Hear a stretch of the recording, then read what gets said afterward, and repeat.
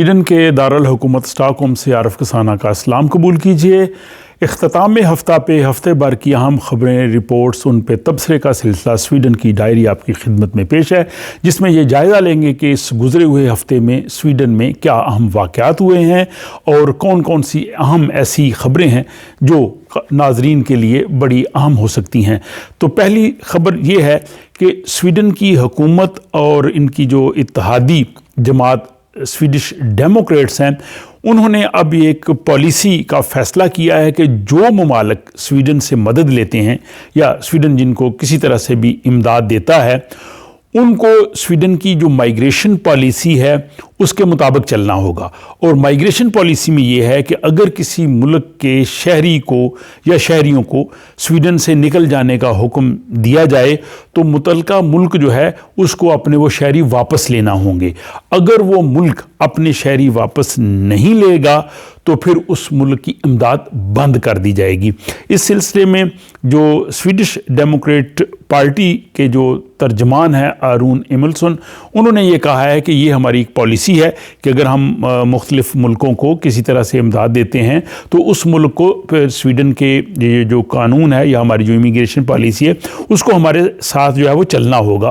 اگر وہ نہیں چلے گا تو ہم اس کی امداد نہیں دیں گے۔ اور اس حوالے سے سویڈن کے جو انٹرنیشنل امداد کے وزیر ہیں یون فورسیل، انہوں نے بھی یہ کہا ہے کہ یہ ہم نے جو ہے پالیسی نئی جو ہے وہ مرتب کی ہے، اور اس میں یہ ہے کہ جو ممالک سویڈن کی جو گائیڈ لائن ہے یا سویڈن کے جو اصول ہیں ان کے مطابق چلیں گے، ہم ان کو امداد دیں گے۔ اگر وہ کرپشن کے خلاف کام نہیں کریں گے، یہاں وہاں حقوق انسانی ہے، اور یا جن لوگوں کو سویڈن سے ڈیپورٹ کرنے کا اگر ہم کہیں گے اور وہ ان کو واپس نہیں لیں گے تو ان ملکوں کی جو ہے امداد روک دی جائے گی۔ تو بہرحال یہ جناب حکومت کی جو ہے وہ ایک نئی پالیسی ہے۔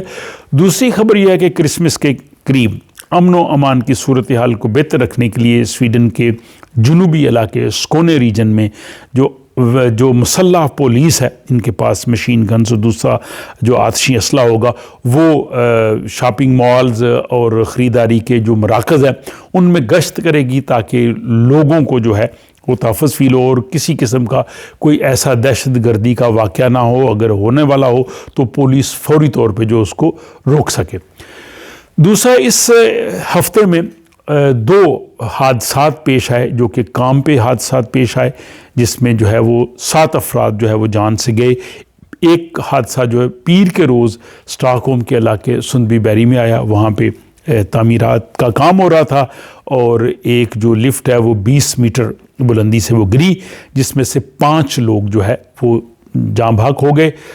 یہ ہلاک ہونے والے جو لوگ ہیں یہ سویڈن میں آئے تھے کام وغیرہ کرنے کے لیے۔ ان کا تعلق افغانستان اور روس اور یوکرین سے تھا۔ اور دوسرا حادثہ جو ہے وہ سویڈن کے شمالی شہر خیلفتیو میں ہوا۔ وہاں پہ ایک نارتھ وولٹ ایک بہت بڑی فیکٹری ہے جو بجلی کی کاروں کی بیٹریاں بناتے ہیں، وہاں پہ حادثے میں 2 شخص جو ہے وہ ہلاک ہوئے ہیں۔ ایک کی عمر جو ہے وہ 60 سال ہے اور ایک کی عمر جو ہے وہ 25 سال جو ہے وہ بتائی جاتی ہے۔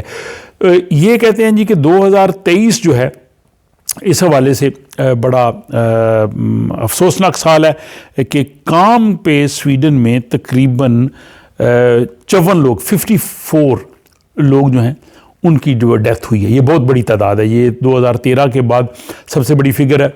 اور میں بھی اس پہ حیران ہوں، یہاں پہ کافی اس چیز کا جو ہے وہ خیال رکھا جاتا ہے۔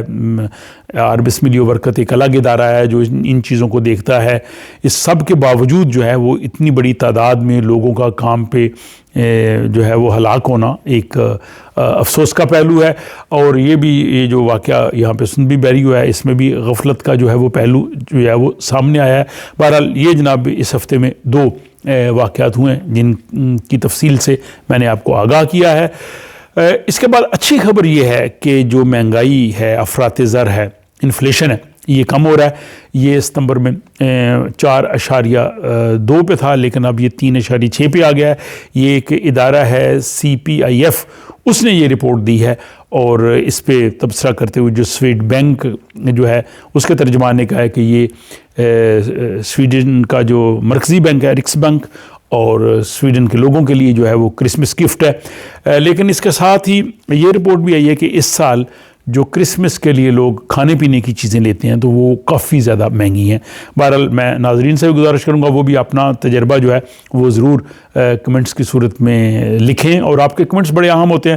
میں آپ کا بہت شکریہ ادا کرتا ہوں۔ میں اکثر کمنٹس کا جواب بھی دیتا ہوں، اگر میں جواب کسی وجہ سے نہ بھی دوں تو میں ضرور پڑھتا ہوں، لیکن باقی لوگ بھی بہت پڑھتے ہیں، تو برائے مہربانی کمنٹس جو ہیں وہ ضرور کیا کیجئے۔ اس کے بعد جناب یہ ہے کہ سویڈن کی جیلوں میں گنجائش اب ختم ہو گئی ہے۔ جیلوں میں قیدیوں کو رکھنے کی جگہ نہیں رہی، تو اس کے لیے اب سویڈن کی حکومت مختلف حکومتوں سے، مختلف ممالک سے بات چیت کر رہی ہے کہ ہمارے قیدی جو ہیں وہ آپ اپنے پاس رکھیں، جب تک ان کی سزا ہے وہ آپ کے پاس جو ہے سزا بھگتیں۔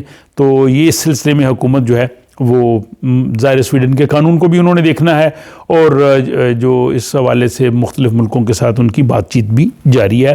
اور آخری خبر یہ ہے کہ یہاں سویڈن میں نوجوانوں میں جو سنوس ہوتی ہے، جو تمباکو ہوتا ہے شاید نسوار کی طرح کا، اس کو رکھنے کا، اس کو استعمال کرنے کا رجحان جو ہے وہ کافی بڑھ گیا ہے، اور یہ چھوٹے بچوں میں بھی ہے جو 18 سال سے کم ہے، جو ایک المیہ ہے۔ اس چیز کا ضرور خیال کیجئے، اپنے گرد و نواح میں، اپنے بچوں میں، نوجوانوں میں اس چیز کو ضرور چیک کرتے رہنا چاہیے کہ بچے ہمارے کیا کر رہے ہیں، کن دوستوں سے مل رہے ہیں، کس طرح کی ایکٹیویٹیز ہیں، کیونکہ آغاز میں ہی اگر کسی چیز کو روک لیا جائے تو وہ آسان ہوتا ہے، بعد میں پھر بڑا مشکل ہو جاتا ہے۔